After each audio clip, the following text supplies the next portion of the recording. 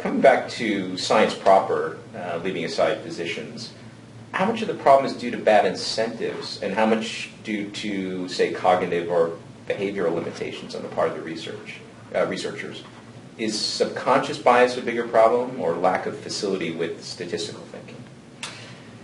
I think it's both. So to some extent, bias is even embedded within the scientific process. I need to think in a biased way to come up with a new idea that has not right. And to get excited about it, to do the experiment. Yeah.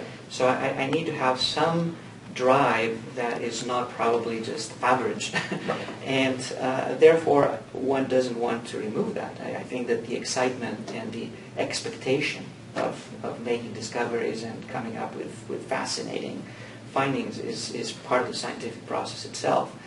At the same time, that means that one has to be aware of that inherent bias and try to counterbalance it. And the way to do that, I think, is better training, better methods, better standards, better practices on the way that we conduct research. So I think it's a bit unfortunate that most of us, when we're training in a scientific field, there's so much to learn in terms of the subject matter and the very latest news of the newest technology that is available. Mm-hmm.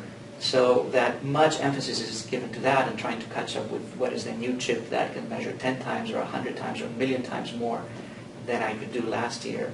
And this means that less emphasis is given probably on methodologic training methods, rigorous statistical, analytical tools, and the way to use them, interpret them, and not be fooled by them. Right.